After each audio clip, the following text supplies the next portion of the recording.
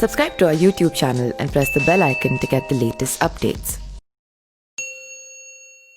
कहा जाता है कि हनुमान जी को जन्म ग्रहण करने के कुछ ही समय बाद इतनी भूख लगी कि वो माता के पहपान से तृप्त नहीं हो सके। इससे चिंतित होकर मां अंजना उनके लिए जंगल में फल लेने गईं। तब तक सूर्योदय होने लगा। आकाश में उगते सूर्य को देखकर हनुमान उसे लाल फल समझकर निकलने के लिए आगे बढ़े। उस समय सूर्य ग्रहण था और राहु सूर्य को ग्रस्त करने के लिए आया हुआ था। हनुमान जी का विशाल आकार और उनको सूर्य को निकलते देखकर राहु ने डरकर देवराज इंद्र से निवेदन किया कि एक दूसरा महाराहु मेरा अधिकार छीनकर मुझे भी ग्रस्त करना चाहता है, अतः आप मेरी रक्षा करें। इंद्र को ऐरावत पर चढ़कर आते देख पवन कुमार ने उसे बड़ा सा सफेद फल समझा और उसी को पकड़ने के लिए दौड़ पड़े। यह देख इंद्र ने अपने वज्र से हनुमान जी के मुख पर जोरों से प्रहार किया, जिससे उनकी हनु यानी ठुड्डी टेढ़ी हो गई और वो पृथ्वी पर गिर पड़े। इससे कुपित होकर वायुदेव ने उन्हें अपना प्रवाह रोक दिया, जिससे सबका श्वास अवरुद्ध होने लगा।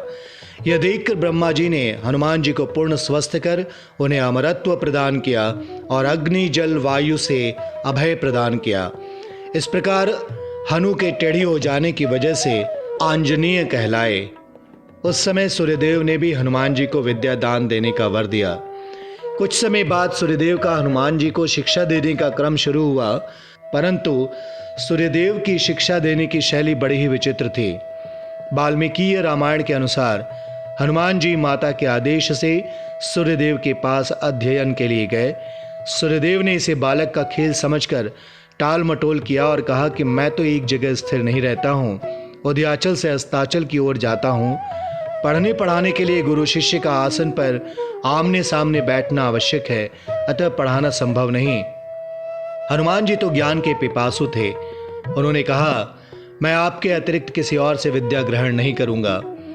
हनुमान जी की दृढ़ता देखकर भगवान सूर्य प्रसन्न हो गए। वे तो उनके ज्ञान पिपासा की परीक्षा ले रहे थे। भला रुद्रावतार राम भक्त हनुमान से श्रेष्ठ उन्हें कौन शिष्य मिल सकता था। वे हनुमान जी को विद्या दान देने को राजी हो गए। हनुमान जी को सूर्य के सामने अध्ययन करने में उनके रथ के गति के समान ही तीव्र गति से पीछे की ओर चलना पड़ता था। हनुमान जी बालकों के समान खेल करते हुए पूर्व से पश्चिम की ओर उल्टे चलते हुए सूर्यदेव से उपदेश भी ग्रहण करते जाते और उसे याद भी करते जाते। सूर्यदेव ने थोड़े ही समय में समस्त विद्याओं, वेद शास्त्रों, आगम पुराण, कलाओं, नीति, अर्थशास्त्र, दर्शन और व्याकरण शास्त्र का ज्ञान हनुमान जी को करा दिया।